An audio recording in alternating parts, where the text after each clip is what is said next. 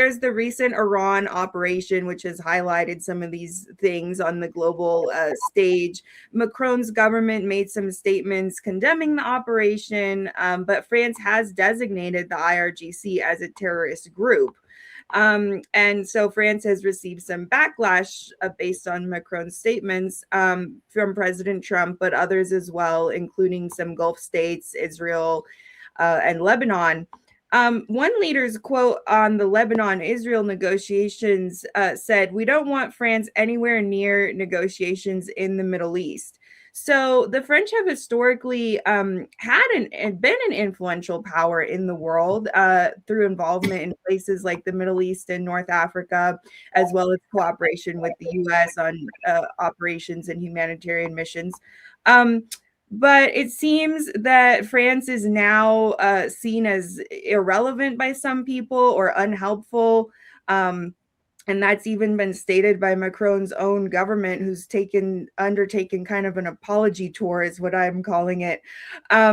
But what does a positive role for France in the world look like? Is pulling back and focusing on rebuilding domestic affairs something French people support, or would they prefer to see France reassert itself on the world stage?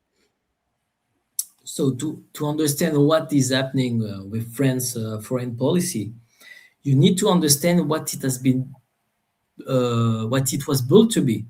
The General de Gaulle built a third way, not blind alignment with Washington, not neutrality, but genuine independence.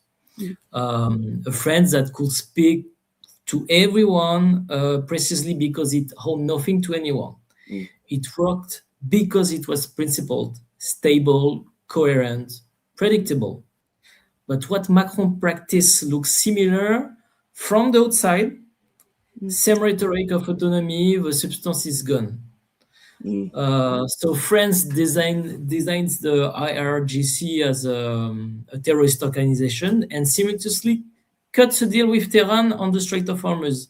It proclaims human rights as a core value and say nothing when Azerbaijan, whose gas Europe desperately needed, ethnically cleansed more than 100,000 Armenian Christians in 24 hours.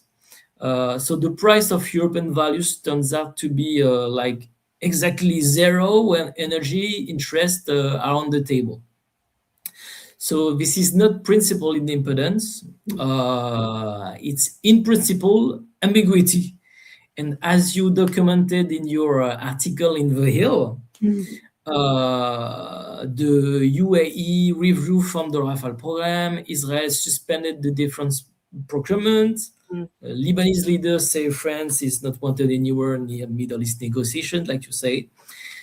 That is a verdict on credibility. And so why does Macron make these choices?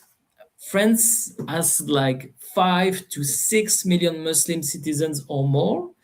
So every position on Iran or Israel carries immediate domestic political consequence.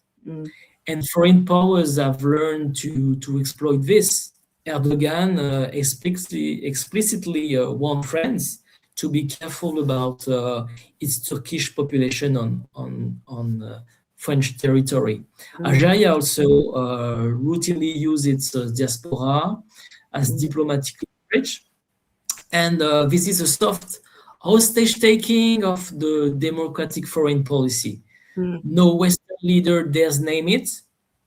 It's a pity. And De Gaulle's third way worked because it was principled independence. So what Macron practice is really ambiguous.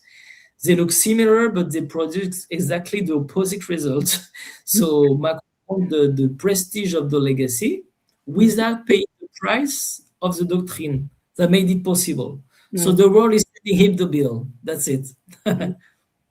Yes, well, that's a very good description. And I think it's interesting, you brought up there the domestic political consequences. That's a lot of times, as you talked about in the beginning, these people, they just want to stay in power.